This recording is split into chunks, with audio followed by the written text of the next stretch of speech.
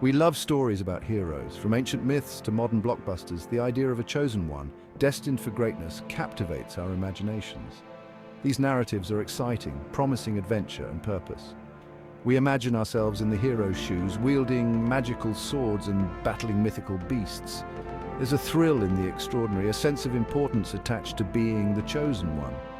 But what happens when we peel back the layers of fantasy? What is the reality of being burdened with a destiny not chosen?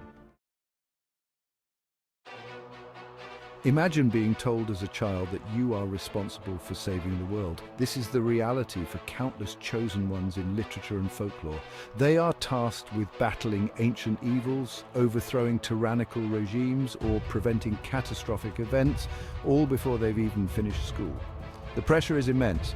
These children are denied a normal childhood, their lives consumed by training and preparation for the inevitable confrontation with destiny.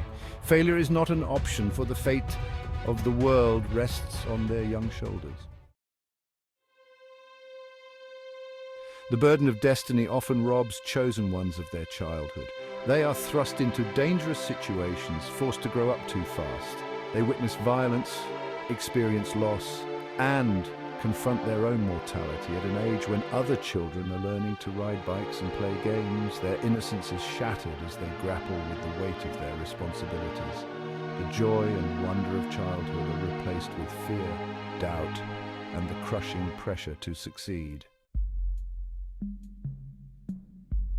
One of the most disturbing aspects of the chosen one trope is the removal of choice.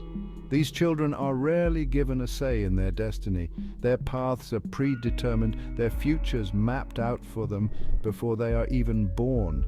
This raises serious ethical questions about free will and agency. Do these children have the right to choose their own paths? Or are they merely instruments of fate, destined to fulfill a prophecy, regardless of their own desires and aspirations? Section 5, The Greater Good, a Dangerous Precedent. The chosen one narrative often justifies sacrificing a child's well-being for the sake of the greater good. But who gets to decide what constitutes the greater good and at what cost? Sacrificing a child's happiness, freedom, and innocence for the benefit of the many is a morally ambiguous proposition, one that deserves careful consideration. Is it ever right to place such a heavy burden on someone, especially a child, without their consent? Section 6. When prophecy becomes a prison, the prophecy itself can become a prison for the chosen one. Their lives become defined by it, their actions dictated by its pronouncements. They are trapped by the expectations placed upon them, denied the freedom to explore their own identities and forge their own paths. The prophecy, intended to empower, becomes a cage, limiting their choices and shaping their destinies in ways they may not have chosen for themselves. Section 7. Beyond the prophecy, redefining heroism. It's time to move beyond the simplistic narrative of the chosen one. We need stories that celebrate the heroism of ordinary individuals who choose to make a difference, not because they are destined to, but because it's the right thing to do. True heroism lies not in fulfilling a prophecy, but in making conscious choices, in standing up for what is right, even when it's difficult. Instead of focusing on prophecy, we should empower children with the ability to make their own choices, to forge their own destinies. Let's tell stories about young people who overcome challenges, not because they are chosen, but because they are brave, compassionate, and resourceful. Let's show them that they don't need a prophecy to make a difference in the world.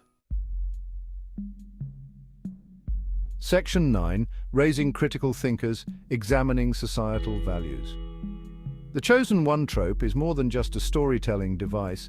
It reflects our own societal values, our fascination with destiny, and our tendency to place individuals on pedestals. By critically examining this trope, we can encourage children to question these values, to think for themselves, and to challenge narratives that promote blind faith and unquestioning obedience. Section 10. Conclusion: the true mark of a hero.